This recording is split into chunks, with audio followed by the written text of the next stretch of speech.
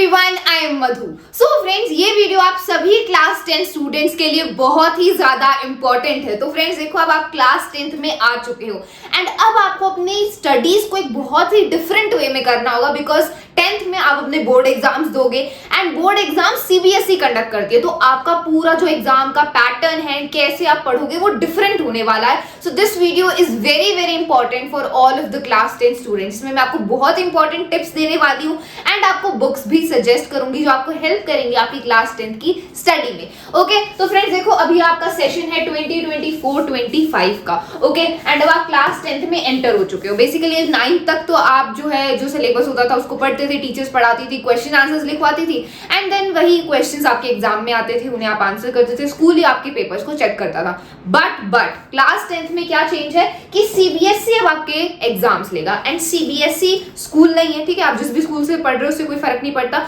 CBSE आपका exam conduct करेगा। तो वो सीबीएसई वैसे क्वेश्चंस नहीं पूछेगा जो आपको स्कूल में पढ़ाए गए हैं, जो आपके टीचर्स ने आपको रटवाए हैं, वो नहीं होगा। सीबीएसई आपका कंसेप्ट पर बेस्ड जो क्वेश्चंस हैं वो पूछेंगे। अगर आपने कंसेप्ट समझा है then only you can answer them, ठीक है। तो फ्रेंड्स देखो, आपको क्लास 10th पे कंसेप्ट पर फोकस करना होगा। जो क्वेश्चन आंसर्स रटने वाला सिस्टम था वो अब आपको खत्म करना है। एंड बुक्स कौन सी लेनी है, देखो एनसीईआरटी आपकी मेन प्रायोरिटी होगी। एनसीईआरटी को आपको line by line, word by word पढ़ना है, बिकॉज एनसीईआरटी में से ही आपका क्वेश्चन बन के आता है। एनसीईआरटी के पीछे वाले क्वेश्चंस की मैं बात नहीं कर रही, एनसीईआरटी में जो आप कंसेप्ट्स पढ़ोगे उनमें से क्वेश्चन आता है।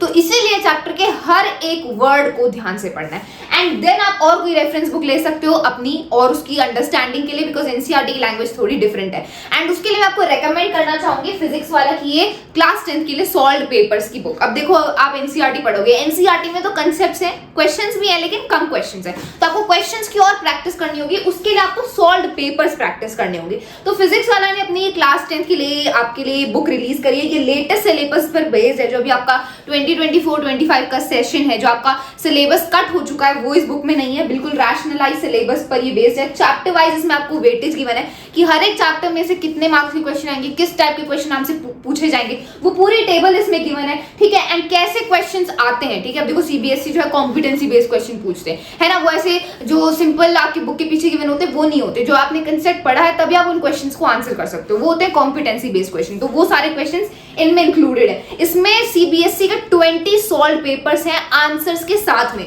तो पूरा आपको बताया कि कैसे आपको आंसर लिखने हैं, क्या रिप्रेजेंटेशन होनी चाहिए, एवरीथिंग। एंड साथ ही साथ इसमें लेटेस्ट सैंपल क्वेश्चन पेपर भी गिवन है। एडिशनल सैंपल पेपर जो सीबीएसई ने इशू करे वो भी इसमें इंक्लूडेड है, ठीक है। ये 4 subject, science, maths, English and SST के लिए। एंड ये एक ही बुक है, इसमें आपके चारों के चारों सब्जेक्ट्स की इतनी अच्छी प्रैक्टिस हो जाएगी। So that's why I want to recommend this. And अगर आप परचेज करना चाहते हैं, इसका लिंक डिस्क्रिप्शन बॉक्स में, एवरीथिंग इज गिवन, ठीक है। तो एनसीईआरटी आपका मेन फोकस होना चाहिए, उसके साथ में आप इन रेफरेंस बुक्स का यूज कर सकते हो, ठीक है।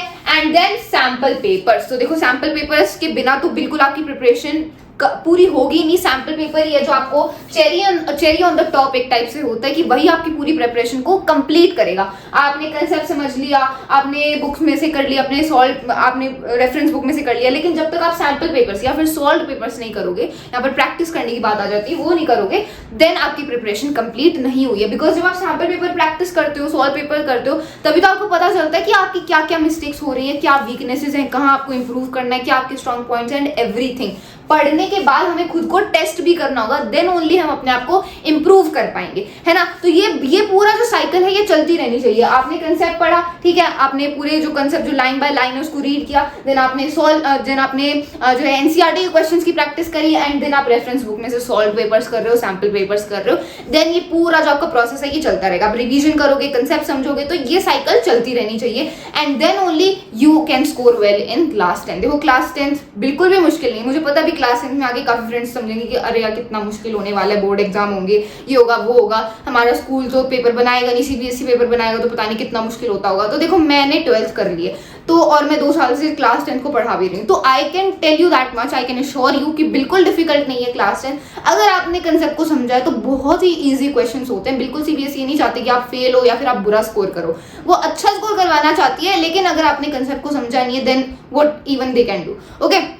तो इसीलिए मेन प्रायोरिटी बार बार मैं बोल रही हूँ कि कंसेप्ट पर ही आपको अपना फोकस रखना है, ठीक है। हम आपको एंड तक सपोर्ट करेंगे। हमारे चैनल पर सारे वीडियोस क्लास 10 के लिए अपलोडेड है, हर एक चैप्टर का full explanation, notes, revision, Menti quizzes, sample paper, सब कुछ तो हमारे चैनल पर अपलोडेड है। आप वीडियो सर्च करोगे, everything is there, okay. And वहां से आप समझ सकते हो। कोई आपको क्वेरी आती है, कोई डाउट आता है, you can ask us and everything is there. हम आपको एंड तक सपोर्ट करने वाले, okay. So that's all for this video. Thank you so much.